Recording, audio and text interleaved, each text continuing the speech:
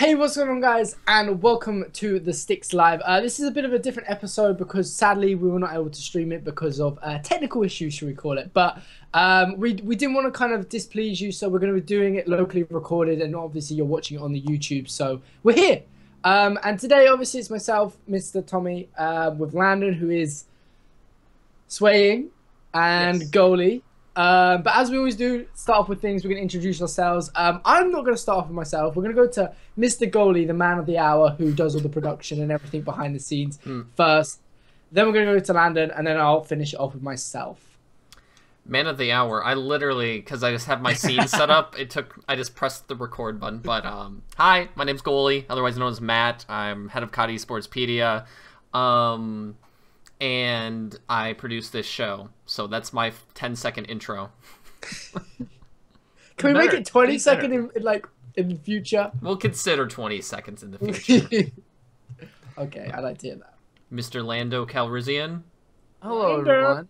My name is Landon, aka Lando Calrissian. If you like Star Wars, then there you go. If you don't, Air flying 2K ops. No, it's not. No, don't even say that. Come on, okay. It's Air Landon. We must never speak of that. Air flying 2K COD. Can I leave? Can I leave already? L1 Landon. Can we just talk about all the names that you've had? Sure. Yeah. Just go ahead. I'm just gonna sit here like this. So what? We've had Air flying 2K ops. Air flying 2K COD also. 2K COD. Oh, is that where it started? I didn't know about that. No, because the ops was taken on PSN for some. Yeah, MLG RosterMania. God, you've had every name in the book. L1 Landon too. L1 Landon. Why the L1? Were you looking for one?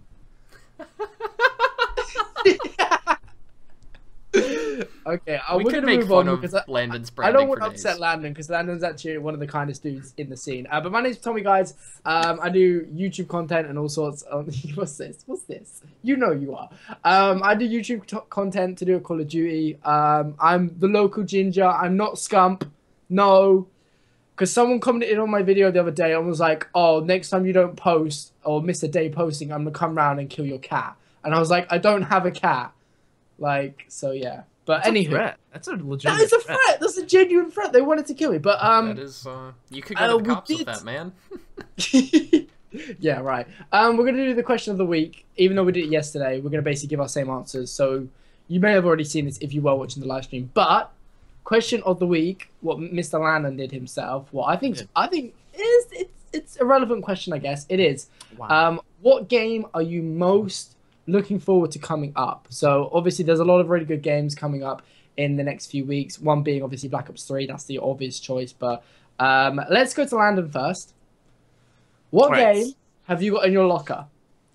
My locker. So the combination for my locker and what's inside of my locker is it has a 4 in it. It's inside my locker. I feel Uncharted 4 easily. It's going to be a fantastic game. I talked about this yesterday, but Uncharted 4, I'm a PlayStation fanboy. It's a PlayStation exclusive.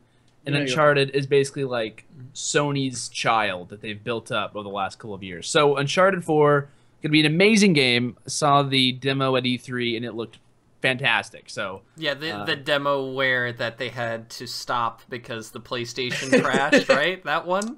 I don't think they were actually trying to use. I think they were trying to use have someone actually play it live. And so he kept messing up. And I think they were trying... Okay, so this is what happened. Apparently, this is from people who were at E3. The person who was playing it... Excuses. No, it's not an excuse. This is actually kind of stupid of them. So they had someone who was trying to play it live, even though he wasn't actually playing it. And for some reason, it just randomly stopped, the recording. I don't know how it worked exactly. So they tried to have someone play it live. It didn't work. So they reset it, and they had the same guy stay there. And so he acted like he was playing it. They fixed the problem, but they had a video. He mimicked the video basically. So they intended on him to play it live, but since that failed, they had a backup video, and he acted like he was playing it the entire time. Oh, okay. So that's why it was fun. The way he drove and stuff was perfect. Yeah. They're not gonna be able to do that again. Is just that perfect.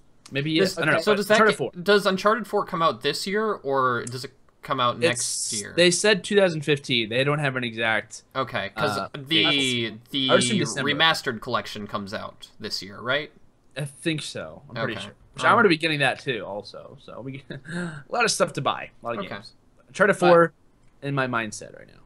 Ah, that's nice to hear. Right, I'm gonna go next. So games coming out. I'm not gonna do Black Ops 3 because that's the obvious pick. I know everyone in the comments is gonna be like Black Ops 3, Black Ops 3. I'm gonna go to Black Ops 3.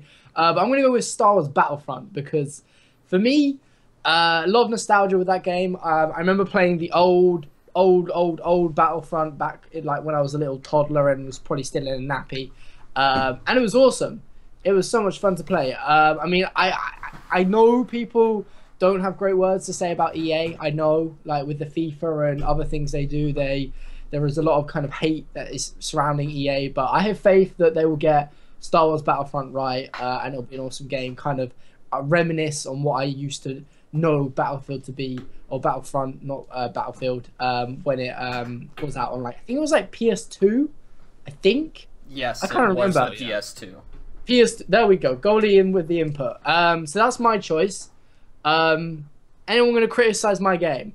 No, I don't. Didn't think so.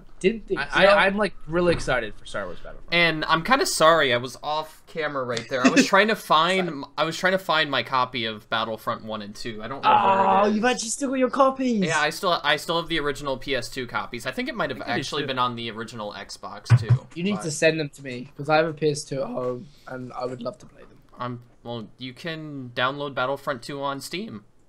Hey, let's do that. Okay, anywho, goalie, game. What would you like to... I have the cop-out answer. I said this yesterday on stream. Black Ops 3. And I wonder why. Well, the reason isn't because I want to play Call of Duty. It's because it's going to make my job more fun. Like... We're in such a lull right now at the end of Advanced Warfare. Oh. Everything is such a grind, and it's so boring to do, and no one wants to do it because we know the game's over. We're just waiting for the new game to come out, especially with having the beta, Black Ops 3 beta, that ruined everything for Advanced Warfare. So I'm kind of just waiting for that game to come out because it will make my job a lot more fun than it is right now. So. Okay. So I'm excited to play it, but there aren't really any games that are really catching my eye. So I don't know. Nobody. No, I don't have to, like I love RPGs. Don't get me wrong on that, but I just don't have time to play them anymore. Goalie's a busy man. He has to do COD Sportspedia. He has to do this. Couple of the roster changes. He's a busy man. Busy man. It's funny that I'm busy and I only have a 10-second intro, but you know.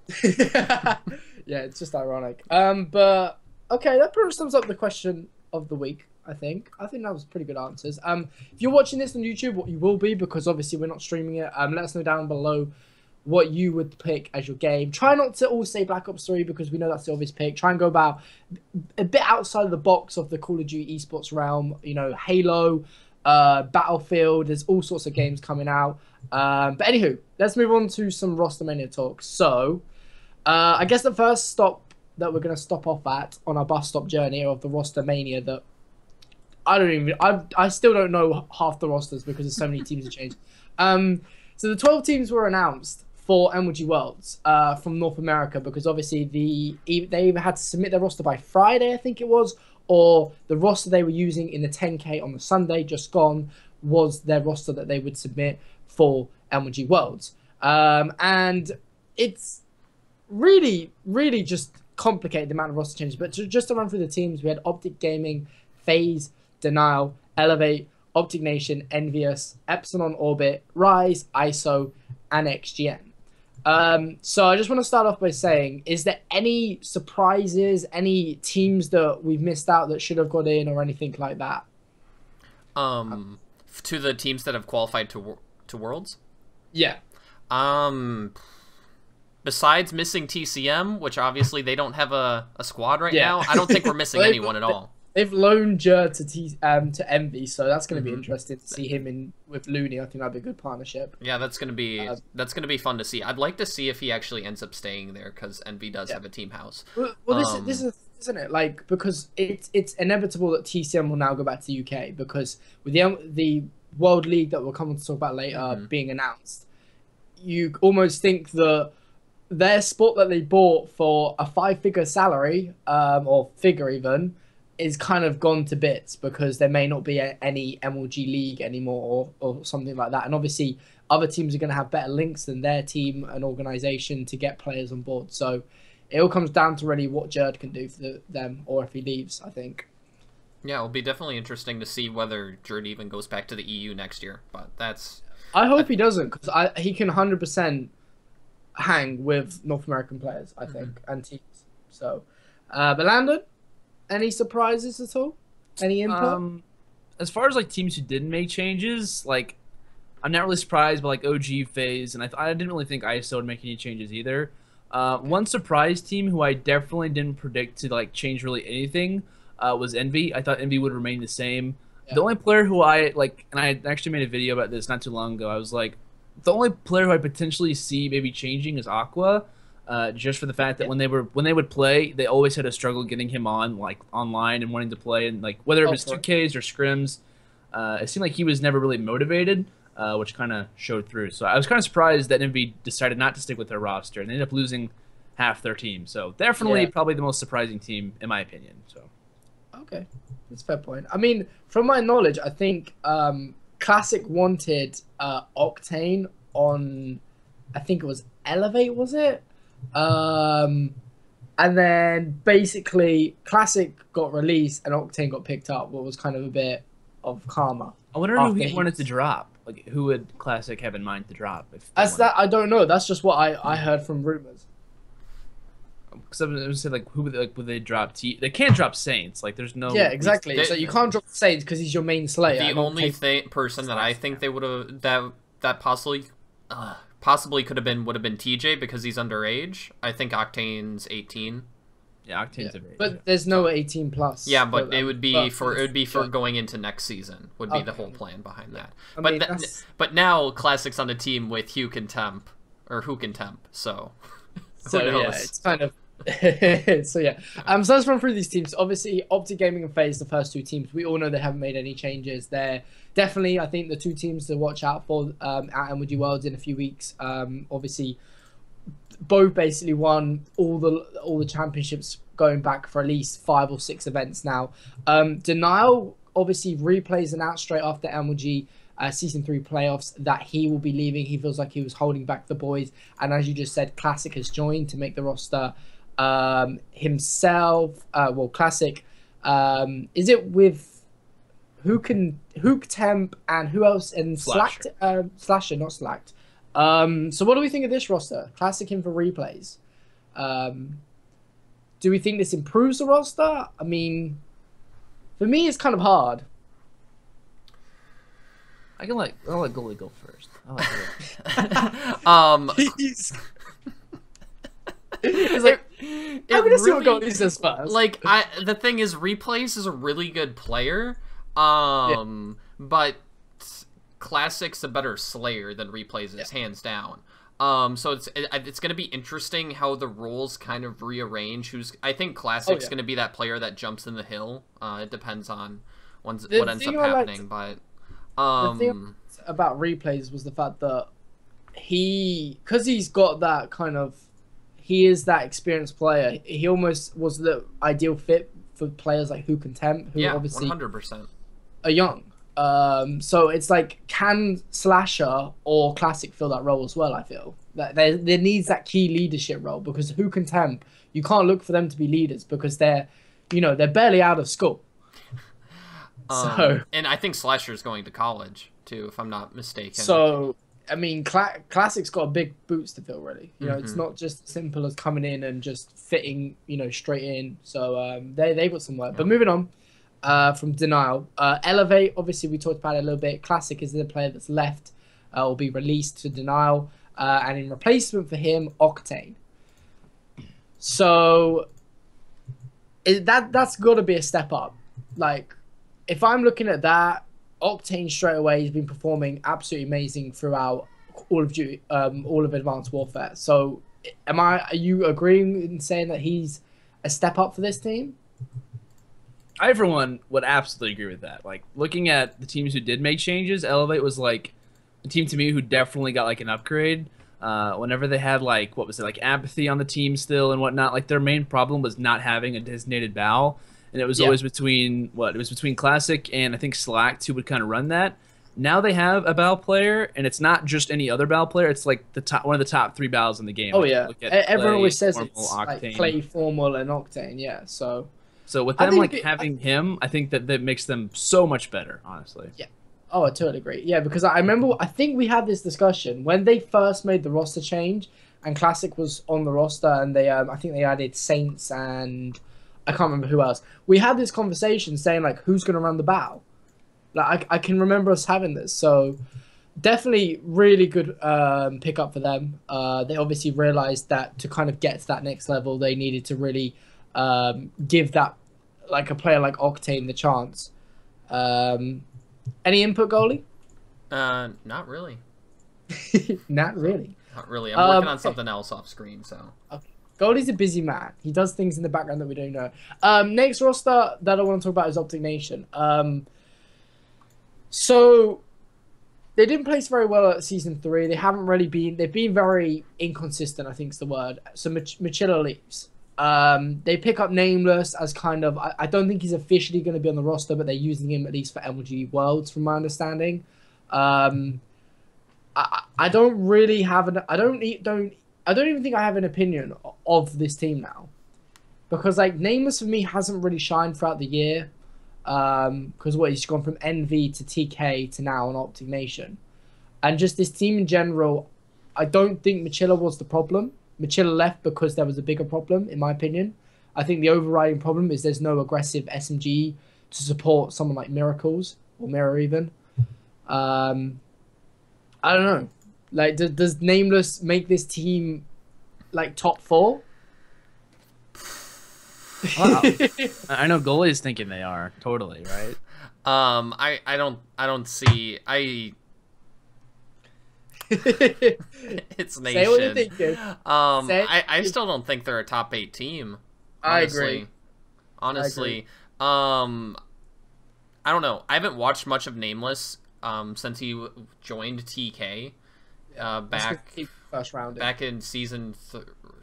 Was it at the beginning of season 3 when he joined TK, or was before that? I don't even remember anymore. Before that. It was. I think it was season. No, it was before that because he was on it when Parasite was on it for season 2, and they already knew. I remember Hitch spoke to Kostov at season 2, and they were like they already knew that Parasite was going. So he's been on there for a good season. He joined TK right after COD Champs. That's right.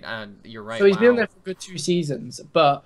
The bigger problem for me with Optic Nation is that slaying. Like, can you relate to that? Like, I feel like you're relying on Ricky to slay on this team. Yeah, and like Nameless can be a good slayer but he's always been more of a support OBJ player in my opinion. And like, so if we just go back on previous tournament history, this is an open event. MLG World Finals is an open event. Nation has done awful at every single open event this year. Every UMG they placed like top 20 or top 24. Yeah, their best placing was 9th through 12th, and that was the first tournament of the year with a completely different roster than what they have right now. So going off of history, Nation is going to have a really terrible event. But no, I totally agree. Yeah, I mean, like, I think Machilla wasn't dropped. Machilla left because there was a bigger problem, in my opinion. And they've obviously filled his boots with Nameless, what obviously they have to do because, you know, you want a team for MLG World. But, I mean, I guess that's all they could do. They probably maybe didn't have the time to really completely reshape this roster. I mean, we could go in depth as to what other problems are. Out of all the players that could have joined Nation, I think he's the best for the brand. Oh, yeah. Because he's a constant streamer, he's a constant YouTuber, and he's a good player. Like, yeah, not just that, but he's obviously teamed in the past with Embos and Ricky. I think he's played with all of the players on this team because we have Curse LV. He teamed with Miracles and Ricky. He teamed with Ricky and Embos on Unite. No, you're right. Yeah, he probably some more other teams. There's a lot. There's a lot of those players that crossed over the last 2 years. So. Yeah. Okay, I'm gonna pass it over to Landon for Envy because obviously you started off by talking about how you didn't expect them to make a roster change. So what do you think of their new roster? You know, it's not ideal to say the least. I think Envy lost half of their team, and I say like 10 minutes. It was like Octane basically saying, you know, I'm going over to Elevate, and then see you guys. Took that opportunity. I'm Yeah, going Aqua was to your like, neighbors. Yeah, Right. that was unexpected. I was in the middle of a Heroes of the Storm game, and my computer wasn't letting me alt-tab, and I was getting really pissed because I couldn't alt-tab to tweet. it was definitely something that I don't think Envy predicted, according to like what I think it wasn't. I think it was like Looney who tweeted out. It was like they said that I think they said Octane that the night before said that he was staying, and then the next day, decides he's gonna leave. So he seems pretty happy with his new roster as far as Octane goes. I know we kind of talked about Elevate already, but the pickups that they had, they got lucky with Jerd. I'll just say that anyone but a player of Jerd's caliber and up was definitely something they needed. Goon, the other pickup that they had, he's not had the title that he's probably wanted to. Okay, so I find this crazy because Goonjar really fell off this year after. Can I name the teams he's been on? I think I know some of the teams he's been on. Yeah, because I was just about to. So go ahead if you want to. Ever since he left TK, he's really fallen off. Yes, I have the list on my. I'm going to try to list every single team he's been on. Okay. Okay. So I think I don't know exactly the order. I'm gonna find the list now just to kind of see if you get. He went from TK. He also was on Rise. That was next. He was on Threes Up. He went to Euphorics for a short period of time too.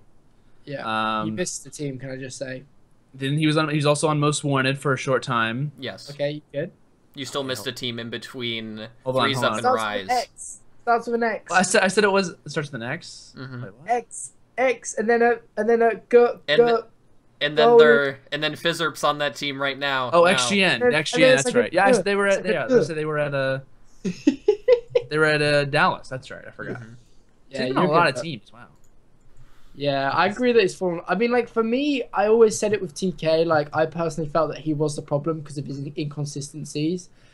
I don't want to say that this reflects it, but he has definitely gone, he's done a bit of a Dido, shall I call it? He's gone down a bit, but hopefully this is going to be his upbringing again, because Dido's really kind of excelled with some young players and really nurturing them and bringing them through, and ISO has ended up being a well-rounded team. So I really hope that Goonjar can do the same, because he's a good dude. He's been around the scene for a very, very long time. I think maybe this just isn't his game.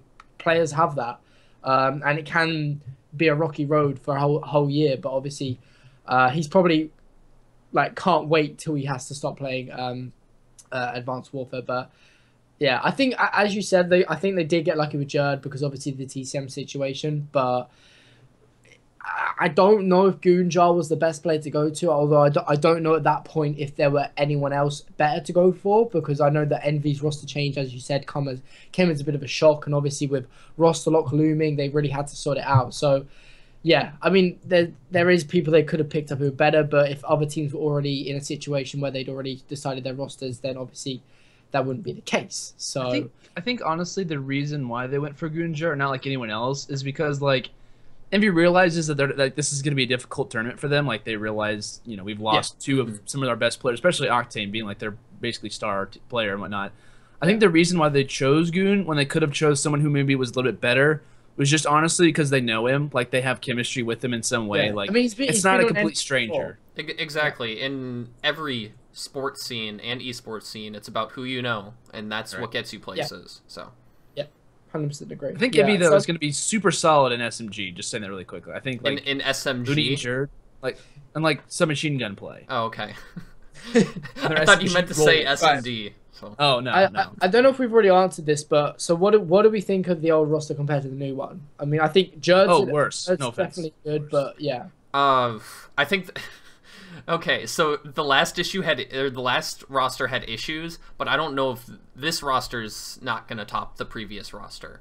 I'm kind of happy to see that Octane and Aqua have moved on. Obviously, Octane was an amazing player, and Aqua's an amazing player too. But I just don't. Aqua didn't fit on Envy, definitely, and I don't know about Octane, but I'm just happy to see a new Envy roster because. Envy needs to restructure. They need to find a new system that works for them. And they've always had that player that they center a team around. It's been Proofy, it's been Merc, Rambo, it's been players like this. Right now, it's JCap and Looney. Yeah, JCap and Looney. It seems like from him coming off TK. So Yeah, I totally agree. It's just finding a formula. I think if you do structure it around Jacob and Looney, though, I think that's definitely a spell of success. And if you can even keep Jerd as well, Yeah. that's ideal for your SMG. But yeah, that Goonjar is that player for me. You know, if he can perform, then I think this roster, presuming they won't have really any pressure or any expectation from people thinking they're going to be, you know, top four, whatever. I think they could cause some upsets if that is the case. But roster that I'm really excited to talk about is Epsilon. So obviously we all know they had an amazing performance at Season 3 playoffs. Ended up getting third. They beat FaZe. They nearly beat Optic, took them to a game 7. But ultimately ended up placing third. What's really still commendable, because none of us ever saw that happening. I had them getting relegated or placing bottom 4. What do we make of Royalty? I think he left, did he? No, he they got released him. dropped. They released He him. got released. So what do we think? What do we make of that? Because obviously they did that in the anticipation of picking up Aqua, because obviously an org wouldn't do that otherwise. So what do we think? Because like we've seen this in the past with like a good example would be, I guess, E6, when, you know, you had that team that did really, really well, and then you start picking players apart, and all of a sudden you lose the chemistry, you lose the roster altogether. So do we think it's like a dumb move? I'm gonna go on this because if I'm not mistaken, the tournament before, I think it was the UMG, UMG DC, Royalty DC. didn't have a good event, if I'm not mistaken. He didn't have the Okay. best. He didn't have a good event, Yeah. and But he played well at Season 3 he playoffs. played amazing. But We always go off our last event, because that's the way we can really best explain how someone is doing in terms of form. yeah, but so the thing is about high sensitivity players, and you should know this if you just try playing high sensitivity yourself, is that it's extremely inconsistent. Yes, you can play absolutely amazing, and you can play better than low sensitivity players, hands down. You can play much better, but to warm your shot up and to keep your shot to a level where you're constantly turning on people, you're hitting every shot, it takes so much more effort, so much more practice, so much more skill, and it creates this huge inconsistency if you're a high sensitivity player. Reason why people play on such a low sensitivity is because you can consistently hit shots. And Aqua's a low sensitivity player, and he's about the same skill level, so he might not have a super amazing event, but So he's it's more gonna, about that consistency factor. but in my opinion, he's gonna be that consistent factor that Epsilon could need to place well. I just wanted to make the point, because obviously, you know, we've seen this in the past where a player does really well at an event and they still get dropped. But I mean, I guess with this scenario, it's a little bit different, because Royalty is a very unique player, because there's no one, you can't really name anyone other than him who plays on the sensitivity like he does, because everyone would think he's delusional, but he's actually been able to kind of make it in the pro scene. What's awesome to see, because it means that hopefully people suddenly realize that maybe you don't always have to play on a sensitivity 4, even though it is the way to play. But obviously, as you say, it obviously takes a lot more time and practice. And it's so also interesting because Epsilon basically made Royalty who he is today. Oh yeah, When they picked him up, nobody knew who he was. He had played, like, I think the first event that we have recorded for him on CODpedia is UGC Niagara 2015, where he played with STiKS. And he literally came out of nowhere to bring a player onto the scene like that and then to drop him. Yeah. Let's say, like, if Swanee was still If in Swanee place was of still the Parasite, captain, that wouldn't have happened. that would never have happened. 100%. I like kind of speaking on this team too. Like, I think I feel like it was a bit of a at player Dallas, decision. I think like at DC where he didn't have the best event, I think that, like, honestly, Nagafed had like a really bad event. Like, not terrible, but I think he had like around a 0.8 KD. I think I'm pretty sure that Remy and this might be wrong, but I think Remy and Royalty had like around a similar one. So it's like you could look at consistency versus inconsistency, and I agree. Like, there's only been 3 events though. Like, we can kind of compare Epsilon too. They had what? They had Dallas, DC, and Season 3 playoffs. Like, if you do bad one event, you do good 2 events. Like, you can't really base like. And for what Parasite has said, inconsistency. It's like you've played 3 events. One event a guy didn't do well at. It's not like you have a long listing history of one player not doing well all the time. You always do rubbish. You always have a Exactly. 0.7 KD. You also have to take into consideration we don't know how the online league went. So we don't know. Oh, yeah, I know. We never saw any streams. We don't know if there were any clashings or. He struggled a lot because he's from Canada. Like I know that for sure. Like yeah. I'm sure he probably had a much That's worse why we KD. don't think too much into online. But okay, interesting. Right, let's move on anyway because I don't want to drag on too much for the roster changes and everything. So, just to say quickly, do we think Epsilon is better now with Aqua? What do we say? Or is it a tricky one? I say it's a 50-50, honestly. Yeah. I did too. I can't make a decision on whether they're better or not. I think they're definitely around the same level. I like your point about the consistency of a high sensitivity player. That's a good factor, I think. But I just want to see them perform. Like I think it's one of those teams that you'll see them perform on Friday at Worlds, and then you'll know how they're going to do for the rest of the tournament. Like you'll be able to see what level they're on. But obviously, Aqua has got to be the player that comes in, fills the boots. He's got to be the player to really adapt to this team. Moving on, bit of a quick fire now. So Orbit picked up Replays, who left Denial and released Accuracy. What do we think of the new Orbit roster real quick? Do we like it more with Replays? I'm honestly not like, oh my gosh, this team got way better. Like, I like Replays a lot, but from casting and watching Accuracy play, he wasn't like a bad player. Like, I don't know his KD stats or anything like that, but from the games that I've watched him play, from the games that I've casted over him, he seems like a pretty consistent player. He's like a support, like he has like support in his mind, and I know he's had like a really difficult title. Like he was on that Aware team where TCM came over, kind of not screwed them over, but the Aware organization did not let them know what was really going on. They got screwed over. You can say well, that. I don't want to say like I don't want to say TCM screwed them over, but their own org kind of did that to them. Yeah, well, they didn't know what should have never happened. Right. Like, I remember TJ Halley being at school and he was like, yeah, we just lost our league spot and I didn't even know about it. I was like, oh, that sucks. I know Accuracy took it really, really hard. So like for him to like be one event away from a pretty good team who was in the Pro League, has Worlds coming up, and for him to be dropped again, it was just like another thing. But I think he's been pretty consistent for the most part. I don't by any means think he's a bad player. I think he's and I don't know, like I said, like you don't know what these teams who don't necessarily stream all the time. Like I think Vicento streams occasionally, and so does TCM, but you don't know what's going on in the minds of the players, like what they really need. So maybe a less slang-minded player and one player who needs to focus on the objective work could be what they need, which is what Replays provides. If I'm not mistaken, Accuracy was the captain of Orbit, right? Either him or Vicento. Also, either him. Well, I can't see like TCM or Happy being, because they're bringing in a really good leader, obviously, who's Replays. Oh yeah, that's what I like about Replays. He brings to the team. So yeah, they have that advantage. But I honestly like okay. So with Orbit, we saw them play once at UMGDC, I think, on stream. Like they got one match was streamed. Group D got royally screwed over at DC. They played ISO, correct? Probably. I think they lost ISO 4-3. And then we saw them play twice at Season 3 playoffs. So this team's a real unknown. Oh, Season 3 playoffs. My bad. Yeah.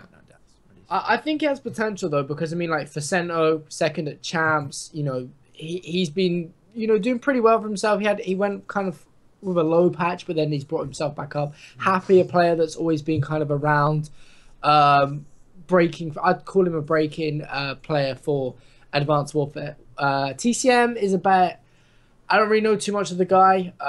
He's pretty consistent, to be honest. Like I know he could be strange at times, but I mean, like I look at him and it's like he's one of those random players you look at and your teammates have 12 kills and he's already at like 30. Like he's good all the time, but a minute in the game and he's like, bro, can you keep up? Like I'm already on 30. Exactly. Like I don't know what it is. Like him even on Rise, like he kind of reminds me of TJ Halley a little bit. Not exactly the same player, but TJ Halley, whenever he's doing well, is going to be like just you don't even have to worry about him. He's going to be getting kills or doing whatever he needs to. I think the same thing with TCM. But I think really quickly that I just want to touch on is that Replays coming from Denial already like kind of nurtured or kind of like led a team. You had Hook and Temp who weren't noticed before Advanced Warfare. If you would ask me who Hook or Temp were in Ghosts, I would have no idea. Yeah. Same thing with Orbit. Like Happy, Vicento, and TCM. I mean, you might have heard of them once, but before Advanced Warfare, you never would have heard of them either. I've known of Vicento since middle of Ghost, but yeah, I totally agree with you, 100%. But yeah, I didn't. Yeah. It's a bit of an unknown roster, as Goldie said, because we have no idea really how they're going to perform because not many of them stream. We haven't seen much VOD, etc., etc. So another roster that's definitely one to look out for. Last couple of rosters, so we got Rise Nation, who obviously Apathy's left, and they picked up STiKS after his departure from TCM. So that's an interesting one for me because yeah. I don't know if STiKS really fills the gap for Apathy, especially with the way he's kind of been playing in Advanced Warfare. He's been a player like Goon who's really struggled, in my opinion. This is one way that I think this Rise team could work, and it's if you allow Chino to slay. Chino has been playing OBJ pretty much since the beginning of the game. When he was playing with, I think it was Curse, or like the former Curse squad at the beginning of the game, the first like couple 2Ks and 5Ks, that team was amazing, and Chino was slaying like crazy. Obviously, that was online. So they have to see a major... But have STiKS play OBJ. Oh, I agree. Yeah, because he's not a slayer in this game. He can run support, but you may as well stick him in the hill. Yeah, exactly. Realistically, you may as well stick your slayers outside the hill and just literally let him be the sitting duck. Like we had STiKS on a show with Kingdom and Fatty way back towards, I think it was after Champs, or it was like right before Champs, and was when he was playing with FaZe, and he was kind of describing like how they did the roles. Like Sensor was always the #1 OBJ, he was the #2 OBJ, then the other two players were considered like 3 and 4. So he can play that #1 spot, and that he always plays the drone, plays the hill if he is in the correct position to do so. Yeah. So, and then if not, you can go on to someone like Chino, who maybe would get the kill, but STiKS dies, and then he can pick up the drone or whatever. I like that. I like that. Any words, Landon, or? You know, I have to agree with Goalie. Like, whenever I first saw this team, I was like, eh. Then I was like, well, you know, you have STiKS, who, you know, he's not had the greatest title. Everyone, you know, it's very quickly to say that, you know, just because of STiKS past and whatnot. But, you know, if there's anything that we've learned from STiKS in previous titles, he really, really likes to go out on a high note or start off really well. You know, with FaZe and whatnot, winning the first event, that was massive for him, even though he wouldn't have a good title for the rest of the game, really. You know, when it matters, when STiKS really, really wants something, he goes after it, and I think that's what Rise really needs. You know, having players like Chino, like Burnsoff, you know, you have, and Wheats also, you know, you have some good talent to work with, but I think he's the guy to kind of set everything and notice. He's kind of like, you know, like a leader of a choir, for instance. Like, you do this, you do that, and like, I think he's the person to like really make up teams. You know, he's brought up players throughout Advanced Warfare, and he's really good at like showing showing how good players are at whatever positions, like positions they don't even know about. So if they do it correctly, if he, you know, for instance, plays the hill more along with Burns, and he lets Chino do what he wants to, I could easily see this team being good. Do I see them winning? No, but I think they could, you know, do a lot better than what a lot of people think they. I can see this team placing in the money. Oh yeah, I do too. Yeah, definitely. How is it top 8 or how top 8 get paid? Yes. Okay. Awesome. Okay. With that being said, let's move on to a team. One of the few teams to not make changes as well. What is in fact ISO. So I want to start off by giving my opinion about ISO. So obviously, I think they did okay at season 3. You know, they didn't go below my expectation, but they didn't go above it, should we say? I really like this roster though, because as I talked about earlier, I think this is really a good roster for him to come back and be relevant. Because obviously he's been not relevant's the wrong word, because obviously he has been around, but obviously on lesser known teams. But I really like this team. I think Dino's a really good leader. With the players he's got around him, I think Lamgod's an absolute insane player, and then Silly and Havoc as well go hand in hand. And I think for me, what's going to stand this team in really good stead going forward is the fact that they haven't made a change. They don't have to go through the hassle of sorting out maybe roles, chemistry, whatever it be, strategies, and they can just knuckle down, grind the game all the way to the end when we have MLG finals. So for me, you know, obviously we can't really compare this roster to the past roster because they haven't made a change, but I think it definitely stands them in good stead that they didn't make a change. 100%. Does anyone want to disagree with me? Does anyone think they should have made a change? Okay, that's what I like to hear. All agreed. So with that being said, let's just quickly move on to the last team, what is of course XGN, the team that Goonjar was on. So they've obviously just gone with a simple felony in for Lacefield, and Lacefield I think's on the Thrust roster that we could probably talk about a little bit. I don't honestly know the rest of this roster. So the roster is Fizzerp, Killa, Felony, and Study. Oh, it's this roster. Oh, okay. I'm with you. So, what do we think, guys? I'm going to hand this to you two because I'm utterly useless. I find it funny that Study either left or got dropped from this team a couple weeks ago, and now he's back on it. Okay. Obviously, I think that was for pro points, but... yeah. Well, it got them in. It got them in. Let's be honest. It got them in last place. So there, because if am I right in thinking that if you get in through the open bracket, you go straight to like losers or something? No. So like how the bracket works is it's the same as a UMG. Oh, okay. So they do go and play. So group. Okay. The top 4 teams from open winners bracket go into group play, and then the bottom 4 or the 4 teams from losers open bracket go to losers championship bracket. So I'm with you. Okay. So disregarding the whole Study going, here, there, and everywhere. I can't really rate this roster. Fizzip and Killa have been 2 players that. Meh, they've just been kind of around. If I'm honest, staying with Study. Study's really gone down from like the hype he had around when he was on MV back in Ghost and towards the end. And yeah, I just don't think this roster has that much potential. They should be good at S&D. If they lose their S&D, they're screwed. Yeah, they should be. I mean, they should be. Yeah. I mean, I don't really know much more to say. I honestly don't. They've just been kind of there, but not really making waves. I think they're a top 16 team. I think that's fair. Top 16 team, and that's fair to say. They're not quite on like Optic Nations level, but they're maybe like a place below them, like 4 places below or whatever, the next cohort down. Yeah. This is where Landon's gonna disagree with me and No. I agree. I agree that they're not like a great team by any means. I think the main problem with them is obviously who they lost was Lacefield. Like Lacefield was a fantastic player, at least for them, for the one event that he played, which I believe was at DC. He led in, I believe, Hardpoint KD or Respawn KD. He led in Search and Destroy KD. Like he was definitely their main Slayer type of deal, and he was really good at any other game type, which I know we'll be getting to the roster that he was on, but. I actually watched Killa's stream last night. I typically do like to watch different players stream, and they were having a really difficult time. I think it was Fizzerp who didn't really want to play, and Killa was like really motivated to, and he wanted to. Study was on, and Felony was on too, and it was just like they didn't, I feel like no chemistry.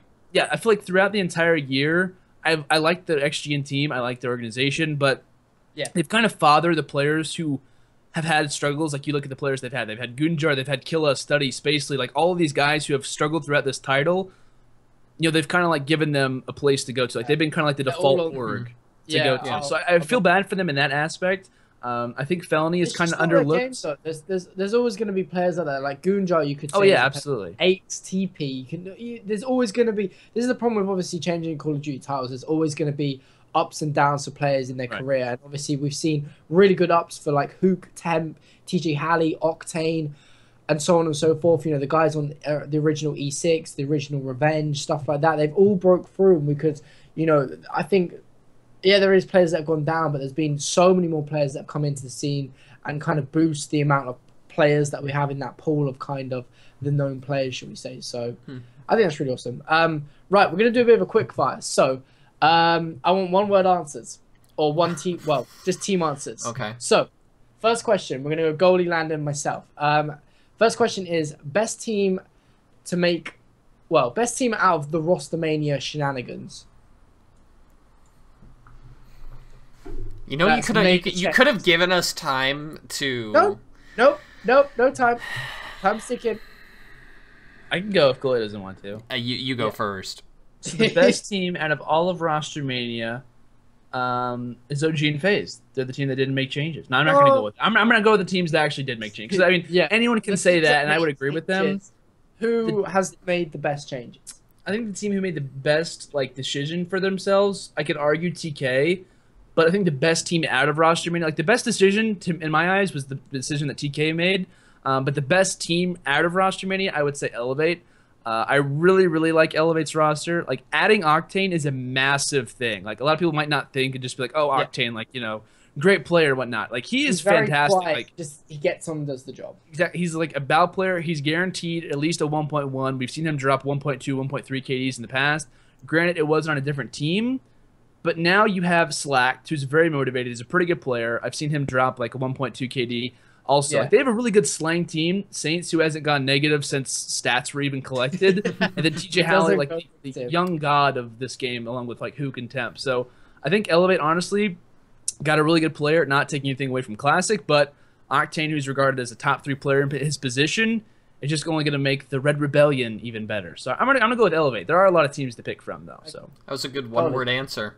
Thank you. Yeah, that was a great one-word answer. I love how I make Elevate. And he just said, I mean, you know, my one-word answer was technically Elevate. I like your episode. Okay. I'm going to agree after looking at the rosters and listening to Landon's little rant. I'm going to definitely say Elevate. Okay. I'm going to go different. I'm going to go with Epsilon. Simply because they haven't necessarily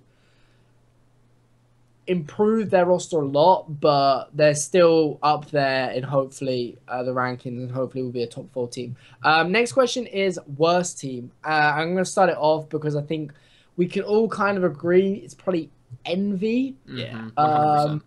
Yeah, can we all agree with that? XGN. Does anyone? Yeah, I was gonna say. Does anyone argue for someone else's sake? I would say I think Envy's a better team than XGN, but as far as where you were to where you are now, I would say Envy. If you look at where they were to where they are now, if you look at the level Envy were on and now kind of not discrediting Jerd and Goon, but then again, I didn't think Envy was really on that high of a level because of the issues that they were having. Yeah, I can see that. I'm gonna say XGN. Yeah. But they didn't have a lot of hard brackets. I'm just gonna say that. The last couple of tournaments, phase denial or whoever. I think they could have placed top 3 a couple times to be real. But. So last question: most surprising change. So what was the most surprising player that either got dropped, left their org, or joined another org for you guys? Landon, do you want to do this?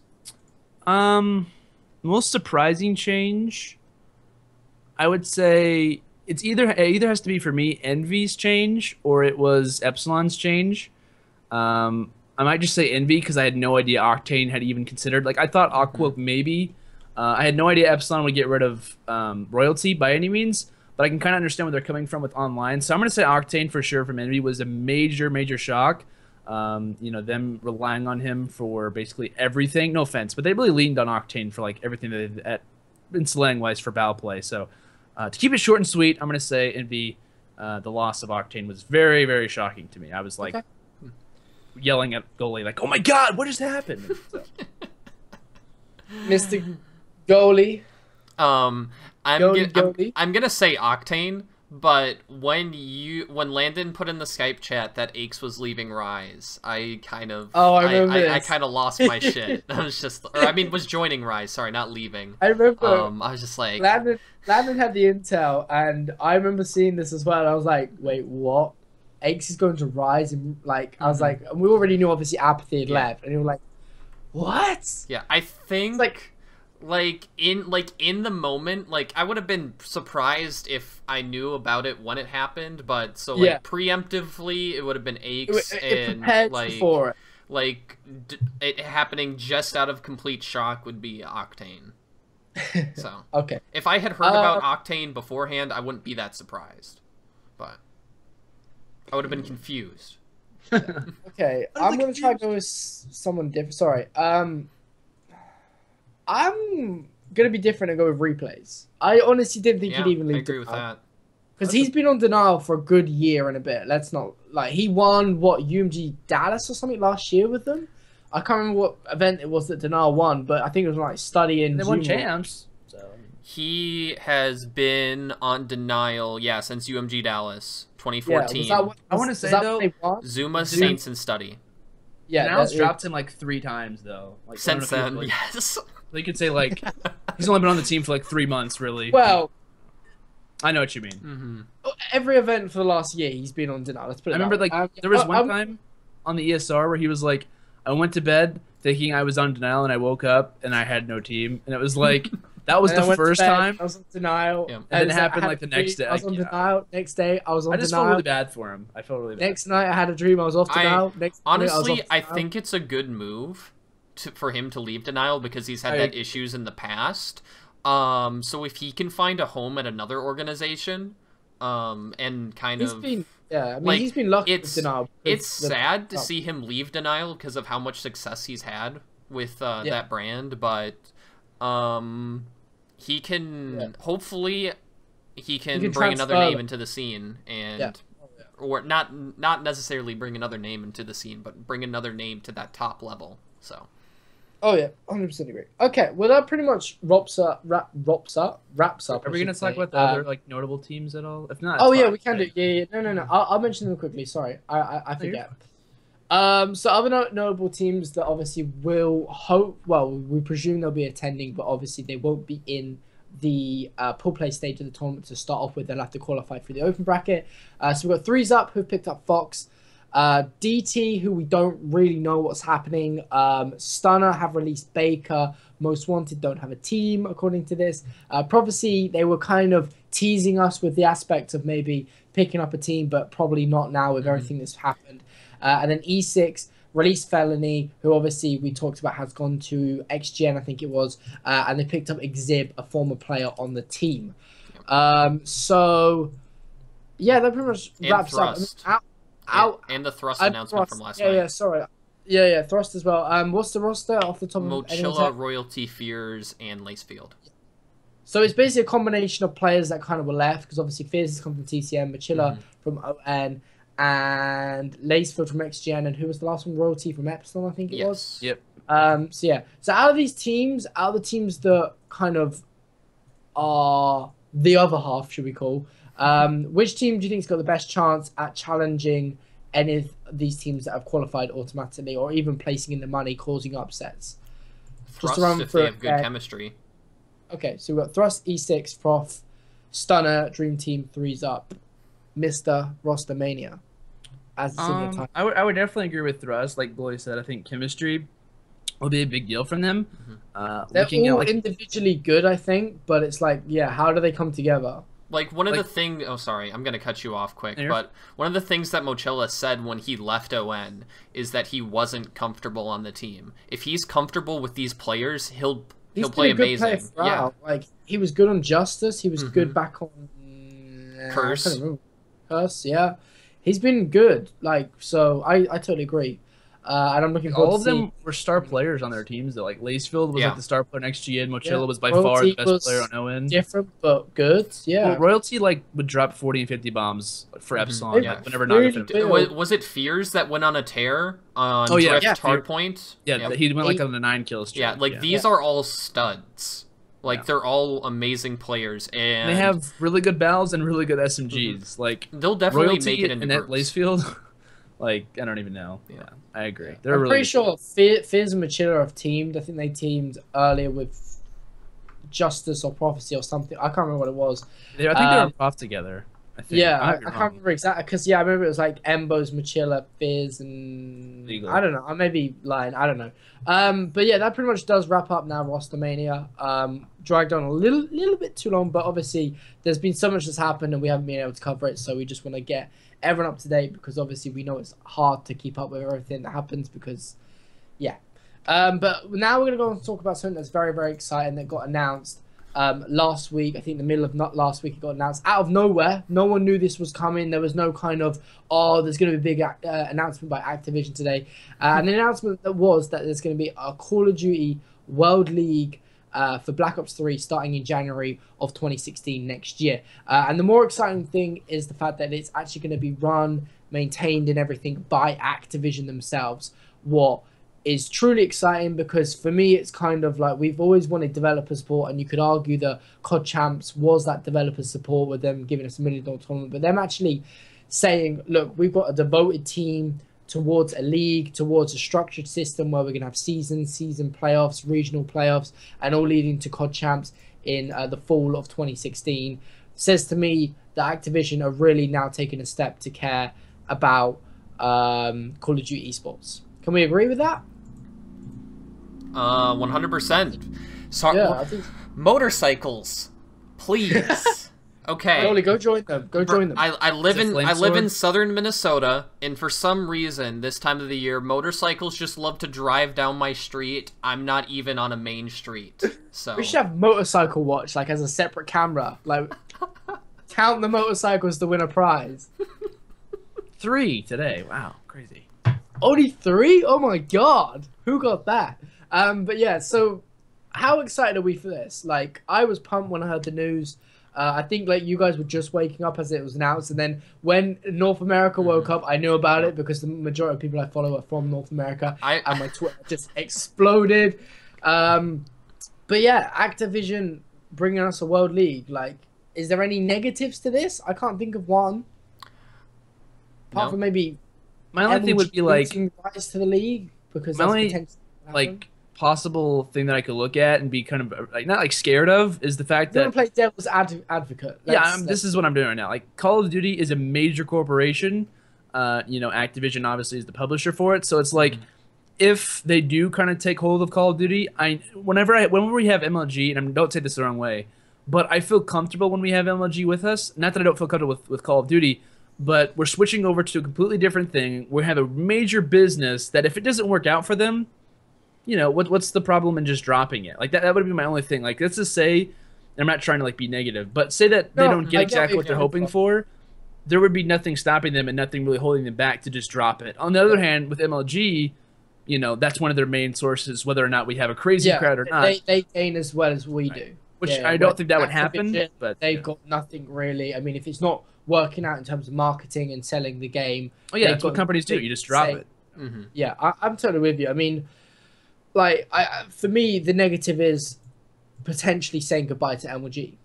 That is I mean, I know they've received a lot of criticism throughout the years. Obviously, I always stick by the fact that they're pioneers in what they're doing for Call of Duty. So, you know, there's always going to be problems. There was problems with the Pro League, with the whole Twitch situation with EG and AIX and all sorts. We've had all sorts of problems, but, you know, they've always gone in the direction of, you know, putting the esport first and trying to go in that direction rather than screwing people over and stuff. And yes, you could argue the whole MLG.TV and their streaming platform could be better, I'm going to say. MLG kept us alive while Activision didn't care about us. Yeah, I mean, yeah, like they've been with us since Black Ops 1.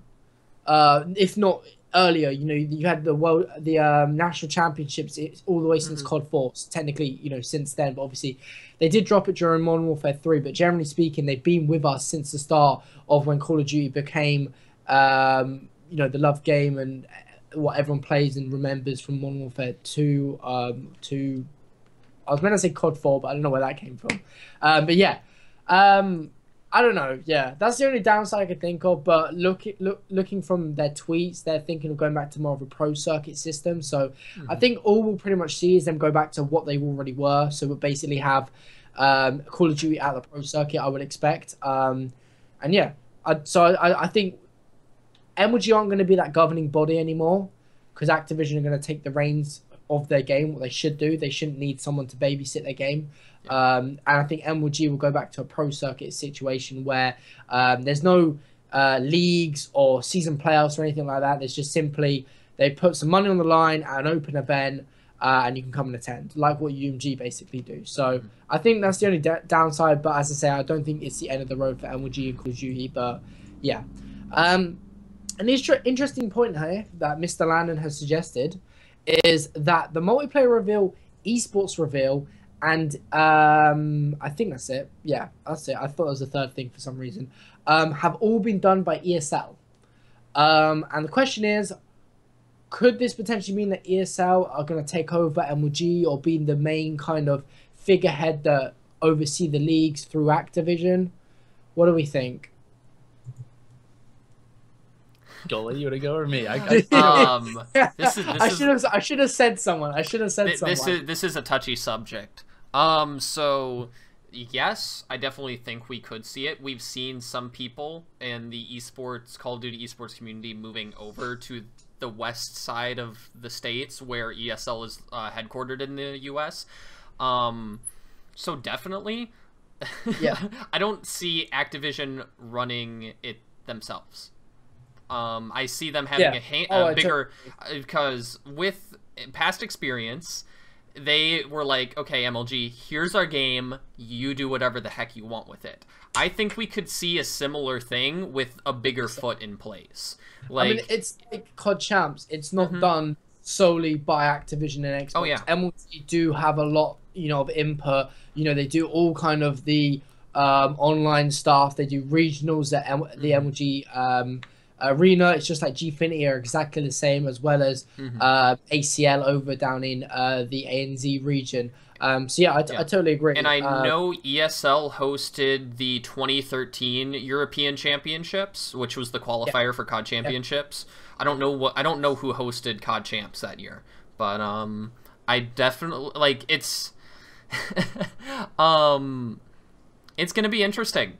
That's because we don't have much information on it. We don't know if we're gonna still have an online league or it's if definitely we're suggestive though. It's very much suggestive if ESL are playing an input, and us three know that certain figureheads within the Call of Duty scene have gone or seem to be going maybe towards ESL or. And honestly, that could just be people moving over to LA to go work at the MLG office over there. Like it could be a better job opportunity. It could just be a coincidence that it falls at this point. But there's a lot of stuff obviously that people know that we don't know, and a lot of exciting stuff in the way. And with that being said, with Call of Duty potentially going away from MLG, I don't want to get into this too much because I know we could have literally an hour, a day's debate about it. But potentially, do we go back to Twitch like the old days? I hope so. I definitely hope so. What a big thing that is, or a big thing recently has been multi-streaming to all the live streaming platforms. We have these. So beforehand, all we had was Twitch. And that was it for gaming on the internet, besides YouTube, but YouTube was only VODs. Now we have YouTube Gaming, we have MLG.TV, we have Hitbox, we have Azubu, we have Twitch. Like, we have so many live streaming... I think I said MLG.TV. But we have so many live streaming platforms, and there's so much potential. Now that Twitch officially upgraded to the MLG5, or the MLG5, the HTML5 player today, they're going to introduce the new VOD system, which is going to be insane. I'm so excited for the VOD system on Twitch. It's going to be lit, what we've all been wanting, but, rather than having to upload every single video on YouTube, you've got it there. Ready straight after. We've already seen Riot Games, who, for those who don't know, is the publisher for League of Legends. They already multi-stream to YouTube, Twitch, and Azubu. So I want to see that with Call of Duty. Yeah, I mean, I think we all know that it's going to happen with Halo. Halo have already announced that their $1 million World Championship is going to be streamed across YouTube, MLG, Twitch, you name it. What's really good to see, because it's not exclusivity. It's what we don't want. The good thing about streaming is it's accessible to everyone. I've been asked a question a lot recently about esports should go to TV, but you have to understand that if that happens, the likelihood is it's going to be exclusive to a certain network. Let's say ESN over ESPN over in North America. And that has happened with TBS announcing that they'll be hosting their own CSGO league. Yeah, exactly. And it means that if you don't have that channel, sorry to cut you off, you've got to pay for it. And the way it works at the moment is it's accessible to everyone, and the way you kind of pay for it is by watching ads in between games. What's a really small price to pay, because if we do go to a point where everything's televised like every other kind of sports or kind of category, should we call it, you're gonna regret kind of complaining so much about streaming, because it's honestly not that bad. Or you hit the subscribe button on Twitch. Like ESL has a subscribe button for $7.99 a month. It covers like 60 channels. So and especially I'm someone that can't watch that TBS CSGO league. I don't own cable. I'm not going to pay for it when I have Twitch. And that's when people lose out. That's the problem, with TV. But yeah, I totally agree.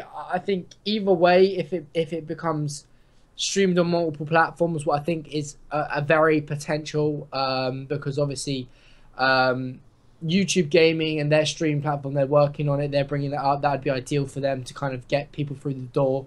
Twitch, we already know, is a very solid platform that a lot of people want us to go back to. And then even if we're still on MLG.TV as well, at least people at the end of the day have the choice to go to the platform they prefer. Yeah. Because because we all know, you know, yes, it seems like the majority would prefer like a Twitch over an MLG, just generically stereotyping, but there's going to be some that do like MLG for certain reasons or whatever.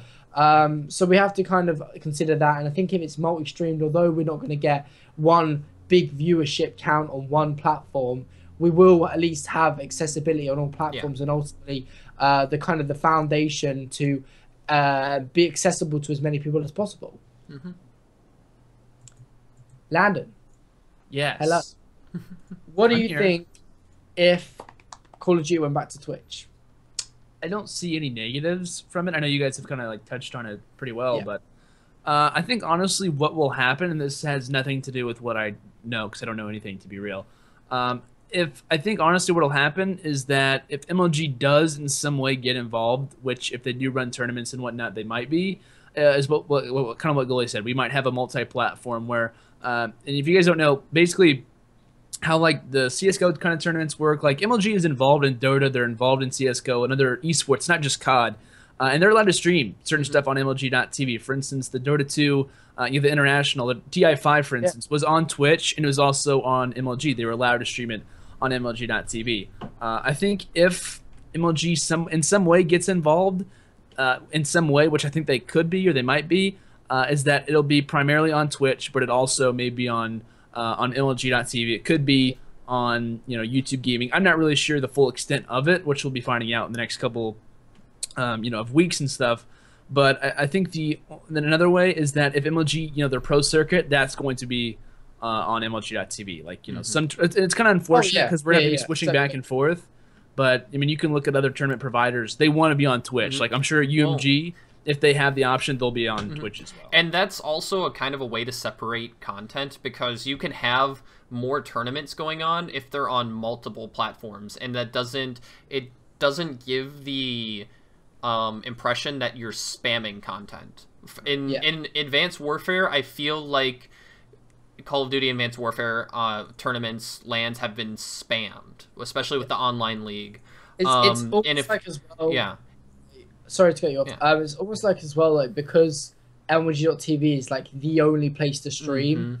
It's like event companies are competing with one another for what weekend to put their event, because they know if like a small event holder, like say, well, not even small, like medium MES, puts their event the same weekend as MLG, like they're not gonna, like a good example is DreamHack and Season 3 finals. Both were on the same weekend. Yes, DreamHack was I think on both, but for the most part it got absolute crap viewership because of the fact that there's another event going on and MLG is kind of the place to be for COD. But yeah, continue with what you're saying. Yeah, but I was just going to say, it gives that illusion that they're not, because you may only go on Twitch, or you may only go on MLG.tv, and I think that could be a good thing, because I feel, personally working in the scene this entire year, that content was just spammed unbelievably, so... Yeah, there was a good few weeks around, I think like May, June, that entire January through July spit. Like it was just we had, like all the COD champs lead up. We then had I think like a Gfinity Open. We then had Season 2 start before COD champs. It's not that they try to force things whenever they didn't really think it through. It's like, oh, we have to get these things done. It's like, well, we need to do it. It has to be done. So yeah, I mean. We love all the content we're getting, but obviously, if we get spammed then it becomes less kind of... You do it correctly. Meaningful, shall we say, and it can put people off. It burns me out and burns the scene out, definitely. So. Precisely. So, I mean, I guess just to kind of sum up this Worldly, what we haven't really done yet, I'm sure a lot of you already know about it, but the main specifics of it is that it's going to be run by Activision, starts in January of 2016 next year. There's going to be 3 main regions, nothing kind of out of the ordinary. We've got North America, Europe, and then the ANZ region, which is basically Australia. And from my understanding, they'll each obviously compete in their own separate leagues, and there'll be 2 leagues per region. There's I can't remember what they're called. I think it's like the Championship and Challenger, is it? Yes. Wait, I thought it was the Pro Division. The Pro Division and the Challenger Division. Oh, okay. Oh, Pro and Challenger. Oh, sorry, I do apologize. Oh, you better. So there's two divisions in each region, what I think is really good, because I think especially in North America, we need that second division for, you know, teams like Threes Up, XGN, E6, Maybe whoever. for casters as well. Just gonna put that out there. Yeah, They exactly. ever need a caster for the there's that grassroots kind of upbringing for casters trying to make it in the scene. I'm interested to see what the Challenger Division even is. I'm curious if the Challenger Division's just even straight league play. Yeah, that'd be interesting. Or a game battles ladder. But or an ESL ladder. I think he'll definitely work in North America. I think the question is it really going to work in Europe or even, you know, Australia, because of the amount of teams? Because if we have an official system, it will 100% promote the growth of the game, of the competitive. Yeah, but I'm just thinking at the moment, like, do we have, like, I'm saying, like, at the moment, do we have enough teams realistically in Australia that are on that level for us to have 2 leagues? But obviously, you're completely right. Going forward, there's a reason why there's only 8 teams there's going to be only 8 teams in the Australian league. It's because we don't have that amount of teams, but having the challenger scene will push more teams into the scene. Yeah, let's hope so. So yeah, anywho, but yeah, so there's two leagues in each division, altogether 6 leagues. And from my understanding, there's going to be basically like regional playoffs, kind of some sort of system. So there'll be seasons and then regional playoffs. Ultimately, getting all the way to COD champs, where I can't remember exactly what it was, how many teams, but I think like the majority of the teams in the pro division will get through to COD champs, and I think like the top 1 or 2 teams from the challenger division. So even if you're not in the top league, you can still get into the champs. Isn't it all dependent off of the championship points? And we yet know how that system works. Yeah, exactly. I mean, yeah. So obviously, I think it's quite good because I presume they'll give championship points to players depending on where they place with teams throughout the year. So it means that obviously it's going to be like a pro point system, but it won't be kind of as excessive as, you know, you can gain pro points daily with MLG. So that may be something that changes up. We honestly don't know. And for those that might be interested, so how the league format, it sounds like it's going to work like the NA or EU LCS for League of Legends. I highly recommend looking up championship points from the League of Legends scene and how that system works, and then we'll see how if that's what our system looks like, because I'd be really curious to know. Yeah. But yeah, I'm super excited. I think we all are. I think it's something that we've all been wanting. And it came out of the blue. I don't think any of us really saw it coming. And it's like, it's really good to see finally, as we talked about, Activision take that step further to really say, look, we're going to put a dedicated team in place to actually give you the provision to structure yourselves within the region and then all together meet up at the end of the year. And am I the only one that's like super excited to not have COD champs in March and actually have it at the end of the year? I think everyone's excited. Yeah, because I think everyone's excited. Yeah. Finally. It's like, because we have COD champs halfway through the year, and it's like, oh, okay. It made, and I think I said this before, maybe on another show, or maybe it was just privately with you guys, but it made sense in Black Ops 2 to have it or the middle of the year, because it gave time for our scene to explode. But then over time, it just became, well, this is stupid. The season 2 of the Pro League hasn't even started, and we're already having our World Championship. Yeah, so it was like, it was chaotic. Build up for it didn't really equivalate like what it should have been. So I completely agree with you guys. Like, I think honestly, like, the way that I had personally described it, like, this was like a couple months ago, like long amount of 6 episodes ago, and I was like, I think we should have a major tournament, like not the first event, but like one of the first events be a major tournament. Then in the middle we have a big event, not necessarily COD champs, and at the very end, then it's COD champs. I know Nestle described it on Twitter. He was like, now we finally have a championship to build ourselves up to. It's kind of like, for instance, he compared it like the Super Bowl. Like it's the equivalent of the Super Bowl, but in esports, which I'm really excited about it. It's like the pinnacle of the Call of Duty title. Exactly. Like, there's nothing that comes close to it. There's no second $1 million tournament or $2 million tournament or whatever. And I mean, the last thing I guess to touch on before we do end out the show is $3 million in prize pool. Like, they tripled it, and that's not including they tripled like that alone is going to be more prizable than we've seen in Advanced Warfare. And, you know, that isn't including UMGs, Gfinities, MLGs, potentially ESLs, anything else that's in the locker that we don't know about. So that's amazing as well. I mean, we don't know what role PlayStation potentially are going to play with Call of Duty esports. We still don't know what's happening there. But just before we end it out, I just want to ask, from what we've basically been told from the announcement to do with the COD League, what are we most excited about? Let's go goalie first. I'm excited that it starts in January. You get a break. I get a well. I'm already on like a weird season, but it gives me time to get everything on the wiki, learn the game, and gives us time to talk about it. It's not going to, like, I hope there's LAN events obviously before, or like maybe one or two, 3 small LAN events before the pro season starts or whatever. But the fact that it starts in January, thank you. And also, we only have 2 splits. We don't have 3 seasons anymore. We have 2 splits. So So the first season's always pointless because no one really knows the game. Let's be honest, and everything's still being changed. Exactly. So the fact that we have over a month to prepare and let the players learn the game instead of 2 weeks, good job. Round of applause. So. Mr. RosterMania. I have a name. You know that, right? No, it's Air Flying 2K Ops.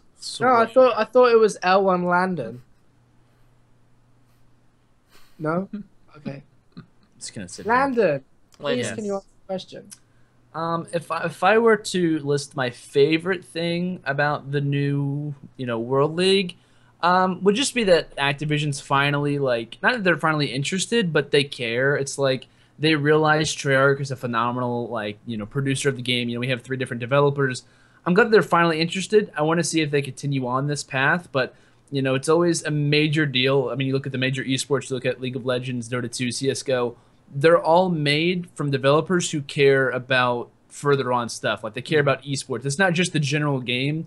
And granted, like, COD isn't based around esports, but at least that they care enough to give money. $3 million isn't, any sum of money. Like, and them actually caring to part with a company who really, cares. I think PlayStation is really honestly kind of excited to get get their hat in the ring with esports and even COD and stuff. So PlayStation supported us back way in the day in Black Ops 1. Right, exactly. So I think just the fact that people are finally, and companies are kind of realizing we have something here to work off of. This is going to be a great game.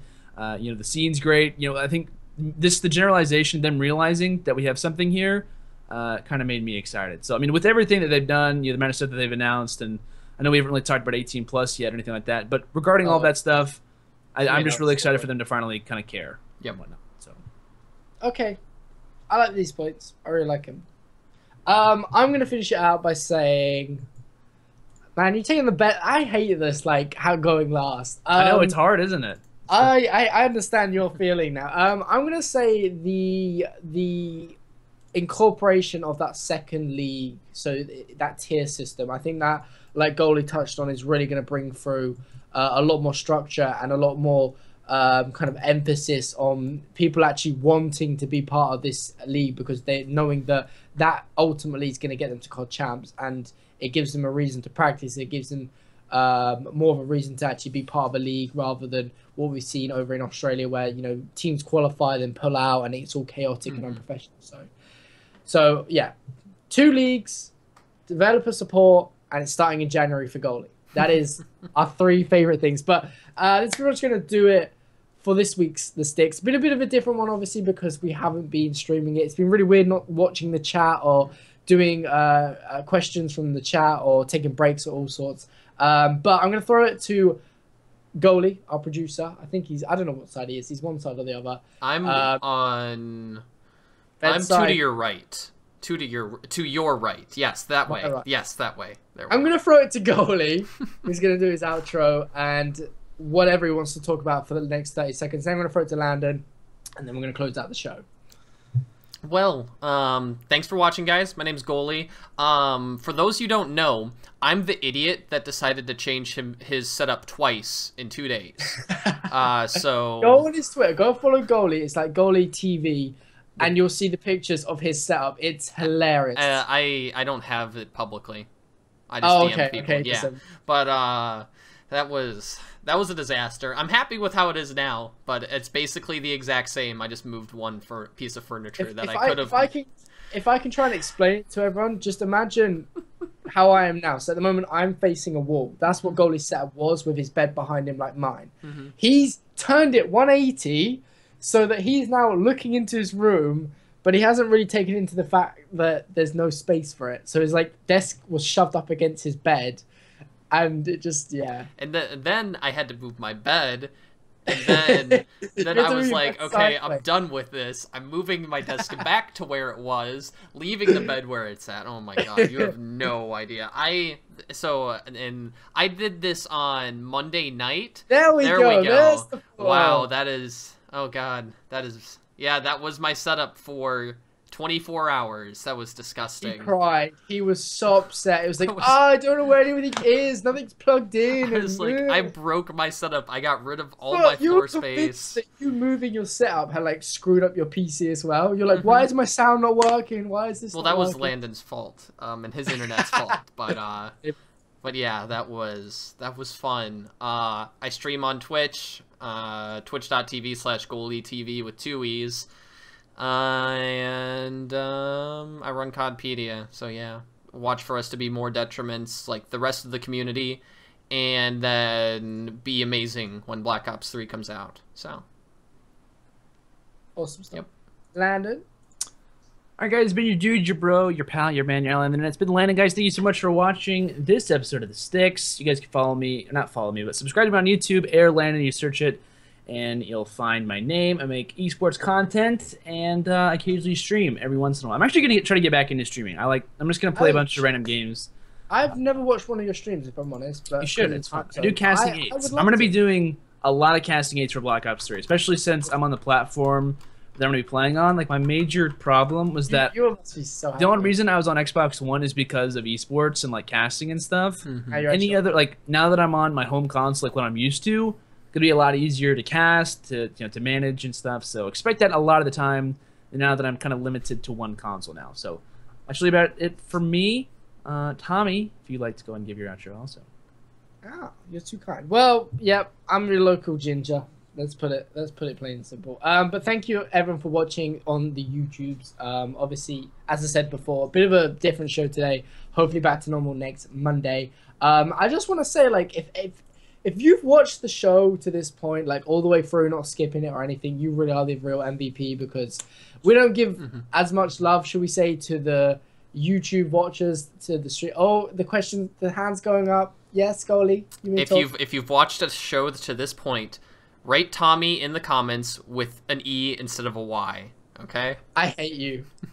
I hate you so much. I hate you so much. Okay, continue your outro. But yeah, my name's Tommy, guys. I'm pretty much the same as Landon, apart from the casting stuff. I can't do any of that. I'm not as expertised as he is. But yeah, I do make YouTube content revolving around esports, Call of Duty specifically.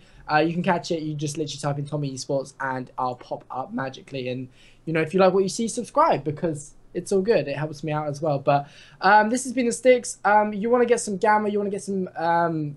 I was gonna say you want to get some sticks, but that makes no sense. Well, you want to get that kind of works. Controller. You can be on the STiKS, I should say. You can use the code STiKS for 10% off. No, we're going to go with the gamma first. 10% off your gamma, 5% off SCUF controller. It really helps us out. It's not just supporting one individual person. It literally supports the whole STiKS fam.